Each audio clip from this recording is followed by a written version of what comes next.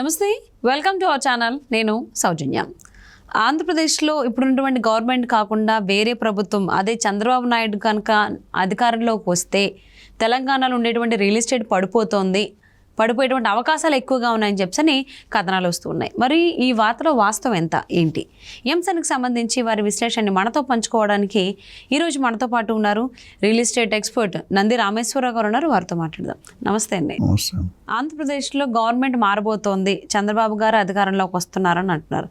ఒకసారి కనుక ఆయన అధికారంలోకి వస్తే ఏపీలో, ఇక్కడ తెలంగాణలో రియల్ ఎస్టేట్ అనేది దారుణంగా పడిపోయేటువంటి అవకాశాలు ఎక్కువగా ఉన్నాయని చెప్పని వార్తలు వస్తున్నాయి. వీటిలో వాస్తవం ఎంత, అసలు ఏంటి? మీరు ఈ క్వశ్చన్ పొలిటికల్ అనలిస్ట్ అడగాలి. నేను ఎవరిని రియల్ ఎస్టేట్ అనలిస్ట్. అది మరి రియల్ ఎస్టేట్ కి దెబ్బ పడేటువంటి అవకాశం ఉంది కాబట్టి తెలంగాణలో మిమ్మల్ని అడుగుతాం. మీడియా వాళ్ళకి పని ఉండదండి. ఇదిగో తోక అంటే అదిగో అలా ఉంటాయి. మీరు అంత ఎక్స్క్లూజివ్ అని చెప్పి దాన్నే చూపించి దాని ఇన్ఫర్మేషన్ ఇవ్వాలి కదా ప్రజలకి. మీరు ఎక్స్క్లూజివ్ అంటే పక్కన ఇంకో ఛానల్ వస్తూనే ఉంటుంది. ఎనీహో, సో గవర్నమెంట్ మారినప్పుడు చాలామంది రాంగ్ అంటే నోషన్లో ఉన్నారండి. ఎందుకంటే అంటే మీరు చెప్పేదాన్ని, మీరు ఇచ్చే టైటిల్ ఇప్పుడు మాట్లాడిన దాన్ని బట్టి మేమేమనుకోవాలంటే తెలంగాణలో కొన్ని వాళ్ళందరూ ఆంధ్రప్రదేశ్ వాళ్ళే కొంటున్నారు అనుకోవాలి మీరు చెప్పిన దాన్ని బట్టి, which is absolutely wrong. Andhra వాళ్ళు కొనుక్కున్నారు, కొంత శాతం ఉంటుంది, 10-15%, 20%, అంతేగాని మొత్తం ఆంధ్ర వాళ్ళు ఒకటే కొనట్లేదు. Entire world is looking Hyderabad as a real estate destiny, Telangana as a real estate destiny. కాబట్టి మీరు చెప్పిన వార్త 100% నేను ఏకీభవించను. మీరు ఎక్కడో మీడియాలో చూసుంటారు, ఎక్కడో ట్రోలింగ్ చేసుకొని మీరు అడుగుతున్నారు. So AP election Chandrababu Naidu ఏపీలో మారచ్చు, కానీ మన దగ్గర ఏం మారదు. కొద్దిగా 5% ఇటు ఉండొచ్చు. ఎందుకంటే ఏపీలో ఇన్వెస్టర్స్, ఏపీలో ఎంతైతే పబ్లిక్ ఉన్నారో వాళ్ళు మన దగ్గర పెట్టడం ఒకప్పుడు బాగుండేది. ఇప్పుడు ఇంకొక నోషన్ కూడా ఏంటంటే, చంద్రబాబు నాయుడు వస్తే రేట్లు ఉరితే కొట్టి తెలంగాణ వాళ్ళు వెళ్ళి ఏపీలో పెడతారంటున్నారు. తెలంగాణ వాళ్ళు వచ్చి ఏపీలో పెట్టినా, ఏపీ వాళ్ళు వచ్చి తెలంగాణలో పెట్టినా బేసిక్ స్టాండర్డ్. ఇప్పుడు బయట మార్కెట్ అరటిపల్లి బండ్లు ఉంటాయి, వరుసగా 3 బండ్లు ఉంటాయి. 3వ బండి పెట్టాడు, ఫస్ట్ బండి మూసేస్తాడా? వాడుకున్న సేల్స్ వాడుకుంటుంది, వీడుకున్న సేల్స్ వీడుకుంటుంది. అవునా కదా? ఇటు పెట్టాడని మూసేస్తాడా? ఇప్పుడు పక్కన హోటల్ ఉంది, హోటల్ పక్కన ఇంకో ఇక్కడ ఈ శ్రీనగర్లో 15 ఛానల్స్ ఉన్నాయి. మీ యూట్యూబ్ ఛానల్ నేను వెళ్తా కదా. సో మీ ఛానల్ బిజినెస్ మీ ఛానలే, ఆ ఛానల్ బిజినెస్. సో అట్లా ఏంటంటే ఇక్కడ గవర్నమెంట్ అన్నా, అక్కడ గవర్నమెంట్ అన్నా అంత డ్రాస్టిక్ చేంజ్ అయితే ఉంటుంది. చిన్న చేంజ్ ఉండొచ్చు, అది ఇట్స్ నామినల్, నెగ్లిజిబుల్ ఒకటి. రెండోది, మిగతా వాళ్ళు ఎవరు పెడుతున్నారంటే, మన ఏపీ వాళ్ళు కొంతమంది పెడితే, తెలంగాణ వాళ్ళు కొంతమంది పెడితే, major portion is coming from NRIs. USA కానీ, యూకే కానీ, ఆస్ట్రేలియా కానీ, సిడ్నీ కానీ, మిడిల్ ఈస్ట్ కానీ, సౌదీ అరేబియా, సింగపూర్, మలేషియా ఒక జంక్. రెండోది north India, east India, west India, వాళ్ళందరూ అక్కడ అన్ని ప్లేసుల్లో కూడా మనకు తెలుగు కమ్యూనిటీలు ఏర్పడ్డాయి. Dubai Telugu community, Singapore Telugu community. So వీళ్ళందరూ కూడా హైదరాబాద్ని లాస్ట్ 10 years దూకుడు చూశారు రియల్ ఎస్టేట్లో. మన ఎగ్జాంపుల్ కూడా చెప్పుకున్నాం, 10 రూపాయలు 100 రూపాయలు అయిపోయిందని. దానికి రీజన్ ఇన్ఫ్రాస్ట్రక్చర్, ఇండస్ట్రీ, ఎంప్లాయ్. ఏపీలో లోపం ఏంటంటే ఇండస్ట్రీ రావట్లేదు, ఎఫ్డిఐ ఫండింగ్ రావట్లేదు. ఎంతసేపు సంక్షేమ పథకాల మీద నడుస్తున్నారు, కానీ మిగతా పథకాలన్నీ చూస్తే జీరో. మిగతా అంశాలు అంటే వ్యతిరేకత అనేది కొద్దిగా పెరిగింది. అది ఇప్పటికీ కొంతమంది ఉన్న గవర్నమెంట్ గెలుస్తుంది అంటారు, కొంతమంది అపోజిషన్ వస్తారు. ఏది వచ్చినా జరుగుతుంది. పబ్లిక్ ఒకటి గుర్తుపెట్టండి, ఏ గవర్నమెంట్ వచ్చినా మనకేం బెనిఫిట్ పడదు, మీరు గుర్తుపెట్టుకోండి. బట్ పబ్లిక్ ఒపీనియన్, ఈ ఓటర్స్ ఎలా ఉంటారంటే ఓవర్నైట్ మిమ్మల్ని దించేయగలరు, మిమ్మల్ని పెంచేయగలరు, రెండు చేయగలుగుతారు. అందుకే ఒకసారి సామెత చెప్తాను, wife is a double edge knife అని. Okay. So coming back to this subject, so వీళ్ళందరూ పెట్టిన ఇన్వెస్ట్మెంట్ చూసుకుంటే ఏపీ ఇన్వెస్ట్మెంట్ ఒక మోస్తరు సమ్ పర్సంటేజ్, ఆ పర్సంటేజ్ ఎగ్జాక్ట్లీ నా దగ్గర ఫిగర్స్ లేవు కానీ మినిమం పర్సంటేజ్.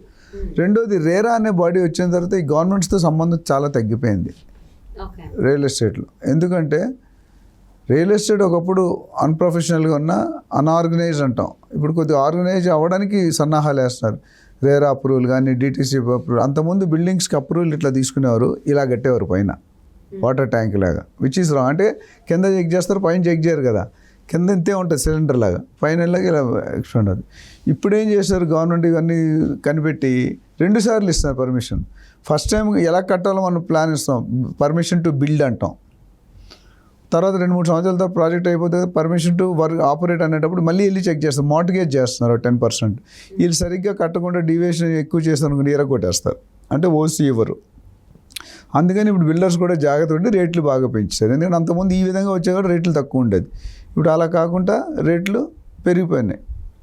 సో ఇది ఒక reason. So as for elections కంటే ప్రతి 5 సంవత్సరాలు ఎలక్షన్ ఆనవాయితీగా వస్తూనే ఉంటాయి. ఎలక్షన్ వచ్చేటప్పుడు 3 నెలలు ముందు 3 నెలల తర్వాత ఇంపాక్ట్ అనేది కొద్దిగా ఉంటుంది. అట్లానే జీరో ఏమవ్వదు. ఎందుకంటే ప్రతి నెల కూడా మనకి ఇప్పుడు కూడా తెలంగాణలో ఎలక్షన్ ఇప్పుడు జనవరి డిసెంబర్ నుండి ఇప్పుడు చూస్తే నెలకు 4,000 నుండి 5,000 రిజిస్ట్రేషన్స్ అవుతున్నాయి తెలంగాణలో. మరి ఆ బిజినెస్ పడిపోతే ఆగిపోవాలి కదా. సో అది 100% వాస్తవం కాదు. ఆ చిన్న కరెక్షన్ ఉన్నది, అది నెగ్లిజిబుల్. దానికోసం పెద్ద వరి అవ్వాల్సిన పరిస్థితి ఏమీ లేదు. ఎందుకంటే గవర్నమెంట్కి ఇన్కమ్ కావాలి. ఇప్పుడు కేసీఆర్ గారు ధర్ని అన్న పోర్టల్ తీసుకొచ్చారు. ఆ పోర్టల్లో కూడా చాలా ఇబ్బందులు వచ్చాయి. ఇది ఏమన్నారంటే మీ ల్యాండ్లన్నీ డిక్లేర్ చేయండి ధర్ని పోర్టల్లో అన్నారు. చాలామంది ఇష్టపడలేదు. దాంట్లో లూప్ హోల్స్ ఉన్నాయి. కేటీఆర్ గారే ఓపెన్గా చెప్పారు. ఒకప్పుడు మోడీ గారు చూసుకుంటే కనుక బంగారం ఆడవాళ్ళ దగ్గర ఎంతెంత బంగారం ఉందో డిస్క్లోజ్ చేయండి అన్నారు. మా అమ్మమ్మ 50 తులాలు ఇస్తే 50 తులాలు దాని బిల్లు ఉంటుందా, ప్రూఫ్ ఉంటుందా? కానీ ఆ బిల్స్ ప్రూఫ్స్ అడిగారు. పబ్లిక్లో రివోల్ట్ అయ్యేసరికి మళ్ళీ టేక్ బ్యాక్ చేసుకున్నారు. సో అక్కడ రకరకాల గవర్నమెంట్ కొన్ని డెసిషన్స్ తీసుకుంటారు. కొన్ని ఎఫెక్ట్ అవుతాయి, కొన్ని ఎఫెక్ట్ కాదు. సో ఎలక్షన్ తర్వాత నిజంగా మీరు అన్నట్టు గవర్నమెంట్ మారితే రియల్ ఎస్టేట్ ఏపీలో కొద్దిగా బాగుపడే అవకాశాలు ఉన్నాయి. ఇప్పుడు ఎందుకంటే ఏపీ అనేది లాస్ట్ 5-10 ఇయర్స్ బ్యాక్ వెళ్ళిపోయింది. రియల్ ఎస్టేట్లో కంప్లీట్ అంటే 75-80% అనేది స్టాండ్ స్టిల్ అయిపోయింది. ఎక్సెప్ట్ 1 or 2 ఏరియాస్లో తప్ప మిగతా ఏరియాలో ఎక్కడ. ఒకప్పుడు అమరావతి బాగా పెంచారు. అమరావతిలో కొనుక్కున్న లాస్కి అమ్ముకుంటున్నారు. ఒక ఆయన 75 లక్షలు 75 కోట్లు కొన్నాడు, 30 కోట్లకు అమ్మేస్తాడు లాస్ట్కి. ఎందుకంటే ఆయన రోడ్ మీదకి వస్తున్నాడు, అగ్రిమెంట్లో తీసుకుంటే ఏదో ప్రాబ్లం. సో ఇప్పుడు చంద్రబాబు నాయుడు గారు వస్తారని అవ్వకపోతే ఆల్రెడీ రేట్లు పెంచడం స్టార్ట్ చేస్తారు. వస్తారో రారో ఇదే పబ్లిక్లో ఉన్న ఆవేశం ఆలోచన కరెక్ట్గా ఉండాలి. గవర్నమెంట్ వచ్చిన తర్వాత ఈవెన్ చంద్రబాబు నాయుడు గారు వచ్చినా 12 లక్షల కోట్లు ఉంది ఆయనకు అప్పు ముందు, అది సెటిల్ చేయాలి. సో ఆయన వచ్చినా it will take some time to pick up. డెఫినెట్గా గవర్నమెంట్ చేంజ్ అయితే పికప్ అయ్యే అవకాశాలు అయితే లేకపోలేవు, ఉన్నాయి. బట్ అది 1 yearలో అవుతుందా 2 yearలో అవుతుందా అనేది మనకు తెలియదు. ఎందుకంటే మళ్ళీ ఫండింగ్ రావాలి, ఇండస్ట్రీ రావాలి, ఎంప్లాయ్మెంట్ రావాలి. అప్పుడే కదా బయింగ్ కెపాసిటీ పెరుగుతుంది. మనకి బయింగ్ కెపాసిటీ పెరగాలంటే మనకి ఇన్కమ్ రావాలి, ఇన్కమ్ రావాలంటే ఎంప్లాయ్మెంట్ రావాలి, ఎంప్లాయ్మెంట్ రావాలంటే ఇండస్ట్రీ రావాలి, ఇండస్ట్రీ రావాలంటే ఇన్ఫ్రాస్ట్రక్చర్ రావాలి. సో ఇదంతా చైన్ రియాక్షన్. సో ఇప్పుడున్న గత 5 సంవత్సరాల్లో మీకు తెలియని వార్త ఏం కాదు, మీకు వాస్తవాలు ఏంటంటే గవర్నమెంట్లో ఏపీలో అంత మంచిగా ఫంక్షనింగ్ అవ్వట్లేదు. ది ఓన్లీ బెనిఫిట్ అంటే బిలో పవర్టీ లైను, కొద్ది lower caste, lower income, LIG group అంటాం కదా, వాళ్ళకి మాత్రం సంక్షేమ పథకాల వల్ల బెనిఫిట్ అయ్యి లెథర్జీ పెరిగిపోతుంది. పని ఉన్నా లేకపోయినా నెలకి 15-20 వేలు వచ్చి పడుతుంది. అది ఎంతమంది పడుతుందంటే మనకు తెలియదు.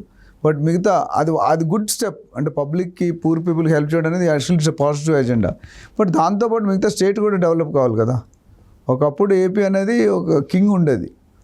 అండ్ ఇప్పుడు రీసెంట్గా ఇప్పుడు హైదరాబాద్ కూడా జాయింట్ క్యాపిటల్ పోతుంది. నాకు తెలిసి June 2కి హైదరాబాద్ 10 years కామన్ క్యాపిటల్ ఉండేది కదా, అది కూడా అర్హత కోల్పోతారు. ఇంక వాళ్ళంతా వాళ్ళు ఓన్గా బతకాలి. ఇప్పుడు కొన్ని రెవెన్యూస్ కూడా కొద్ది తగ్గే అవకాశం ఉంది, ఎందుకంటే మనకు వచ్చేస్తాయి. ఇంతవరకు షేరింగ్లో ఉన్నాయి. సో ఇవన్నీ చూసుకుంటే కనుక ఏమవుతుంది అన్నది చెప్పడం too early. Okay, thank you so much అండి. రైట్.